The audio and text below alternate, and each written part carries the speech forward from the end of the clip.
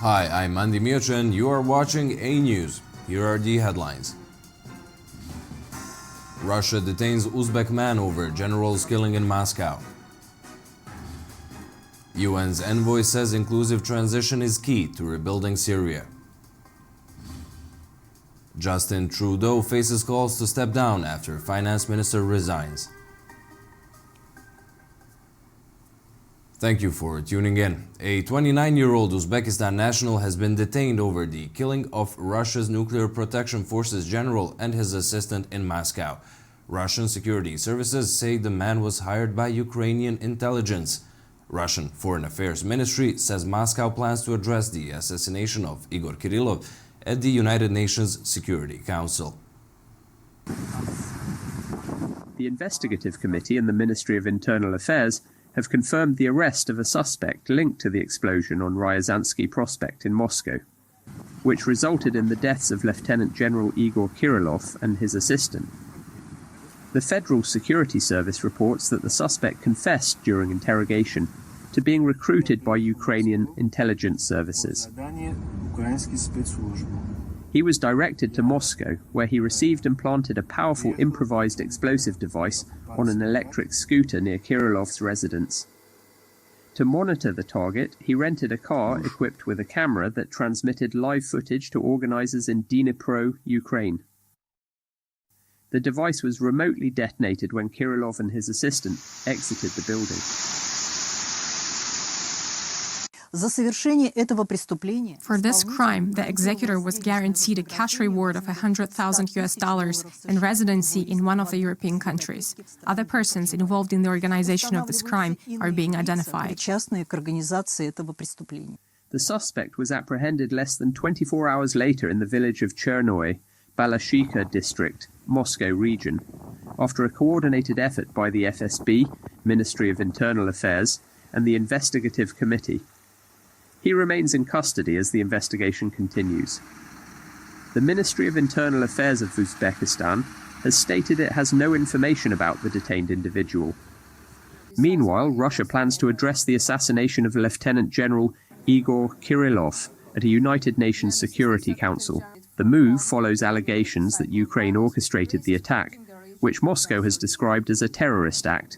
Russian Foreign Ministry spokeswoman Maria Zakharova said the issue would be discussed with Western arms supplies to Ukraine and vowed all involved in the killing would be held accountable. The permanent mission of Russia to the UN will raise the issue of the committed terrorist act during the UN Security Council meeting on the supply of Western weapons to Ukraine, requested by Russia on December 20th. We are confident that all the organizers and perpetrators of the murder of Igor Kirillov will be found, punished, whoever it may be, wherever they are. To all the curators of the Kiev regime, Russophobes of all kinds, we respond with the whole country and all peoples. You will not intimidate us. We defend the truth. The meeting at the UN Security Council is scheduled to take place on December 20th. Possible deployment of foreign peacekeeping troops in Ukraine could be discussed at a meeting of European leaders in Brussels, according to Ukraine's President Volodymyr Zelensky. The meeting to discuss support for Ukraine, organized by NATO Secretary General, will gather the leaders of Germany, France, Poland, and NATO. It comes ahead of the European Council meeting that will focus on, among other things, strengthening Ukraine's defenses. In the meantime, in a surprise visit to Ukraine, Polish Prime Minister Donald Tusk reaffirmed Warsaw's support to Kyiv.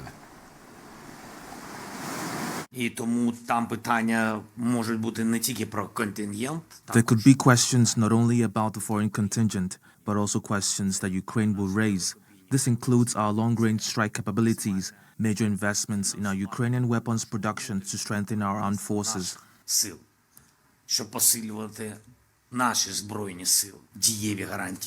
Effective security guarantees in the future mean NATO, and Ukraine wants to understand from those allies on which it depends when this will happen and how likely it is. Ukraine has always been able to count on Polish support when it comes to NATO membership. Nothing has changed in this regard. If it were up to Poland, it wouldn't take more than one day. but you can count on our diplomacy and our actions here.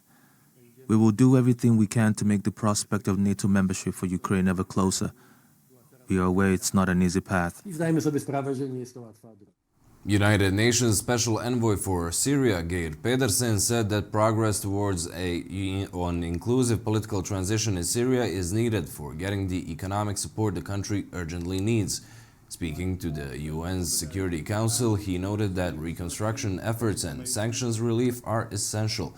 Pedersen addressed the council from Damascus, where he previously held talks with Syria's new leadership, following the toppling of Bashar al-Assad. Just 2 weeks left in 2024.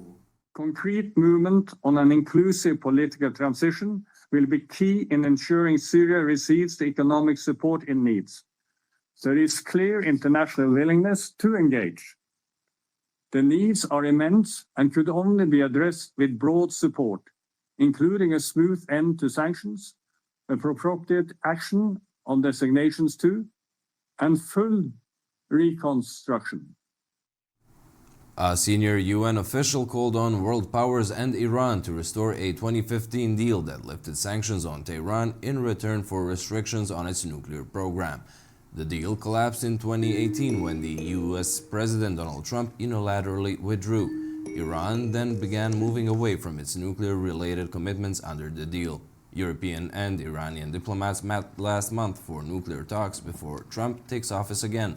Britain, France, and Germany told the UN Security Council in a letter earlier this month that they are ready, if needed, to trigger a so-called snapback of all international sanctions on Iran to prevent the country from acquiring a nuclear weapon.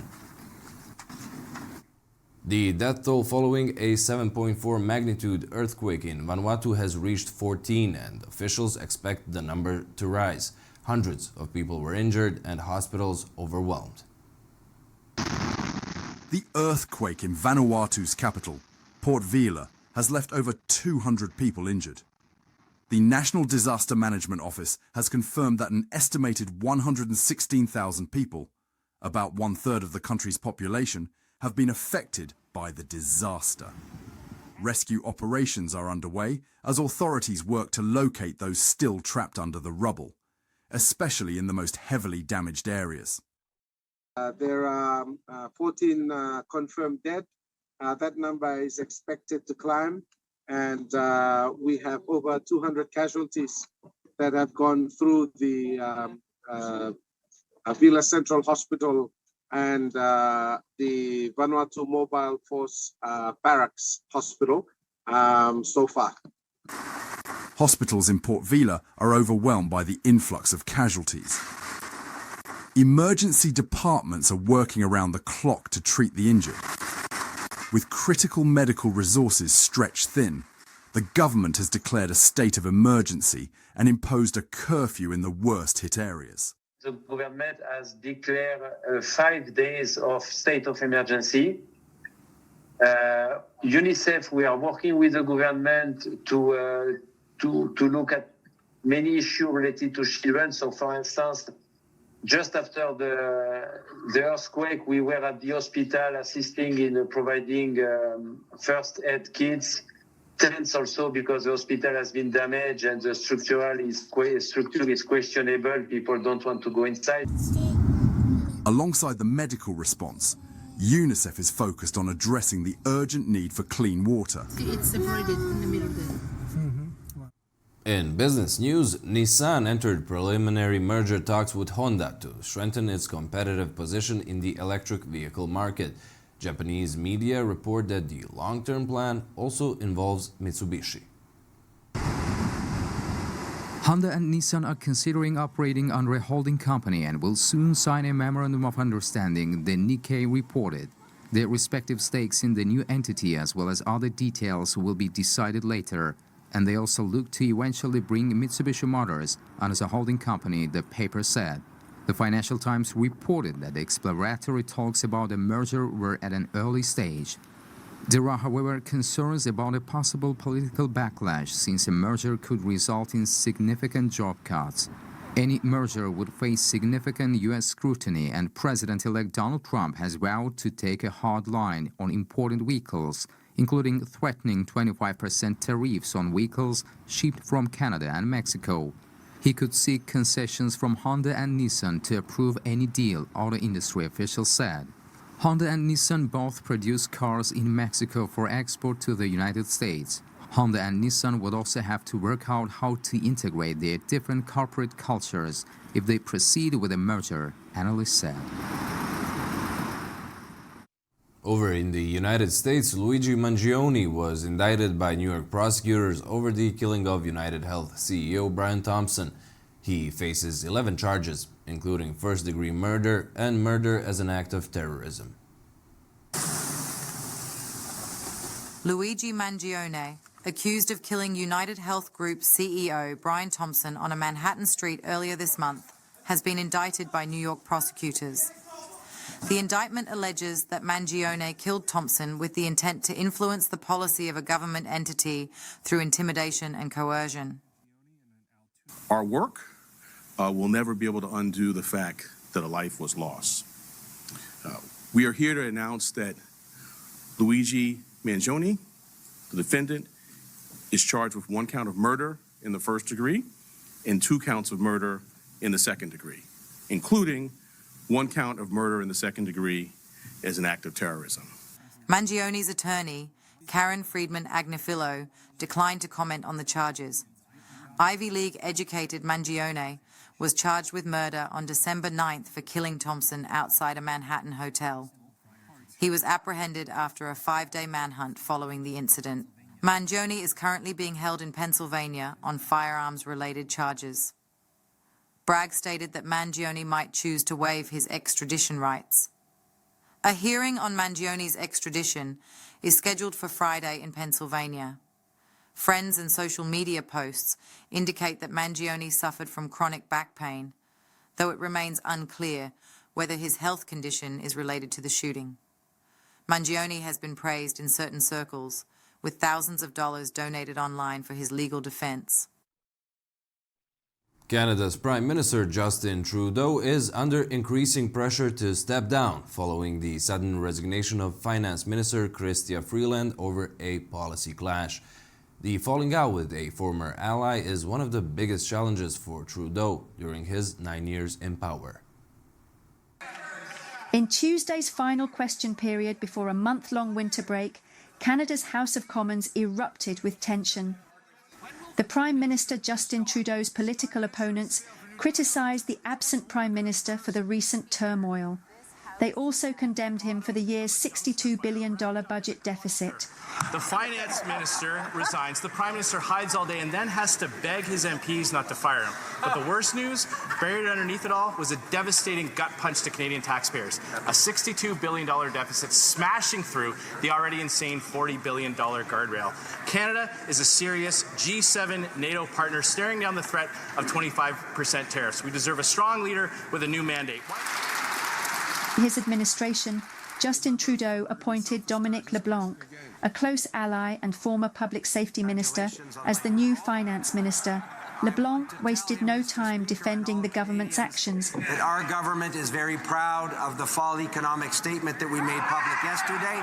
Mr. Speaker, the fall economic statement speaks to growth in the Canadian economy. It speaks to supporting Canadians with serious affordability challenges. It speaks to a declining debt to GDP ratio, the best in the G7. And Mr. Speaker, we haven't finished supporting Canadians, something the Conservatives aren't interested in doing. The Prime Minister Justin Trudeau defended his leadership in response to growing opposition criticism. Trudeau rejected calls for his resignation, stressing that his focus remained on delivering results despite internal party turmoil. As a country, we've gone through a lot these past years. The pandemic, inflation, so much conflict and suffering around the world, international law being trampled, the very foundations of democracy being attacked. We've seen tough times before, and we pulled through. Because when we pull together, when Canadians pull together, nothing, and I mean nothing, can stop us. Meanwhile, Finance Minister Chrystia Freeland's resignation came after growing policy differences with Justin Trudeau. She cited disagreements over how to respond to incoming President Donald Trump's threats of tariffs, particularly the looming possibility of 25% tariffs on Canadian goods. Trudeau's Liberals, with a minority of seats, rely on the support of other parties to govern. A recent poll showed the Conservatives with 43% public support, the Liberals at 23%, and the New Democrats at 20%. The House of Commons is on winter break, and a confidence vote on Trudeau's leadership could take place as early as late February or March. In space news, China's Shenzhou 19 crew, currently on a 6-month mission on the Tiangong space station, has set a new record, completing a 9-hour spacewalk. The crew of China's Shenzhou 19 mission has broken a new record for extravehicular activities, completing a 9-hour spacewalk on Tuesday. Astronauts Kai Tohyutsi and Song Lingdong were assigned to the spacewalk, while Wang Haoze assisted from inside the space station. This marks the 17th spacewalk by Chinese astronauts.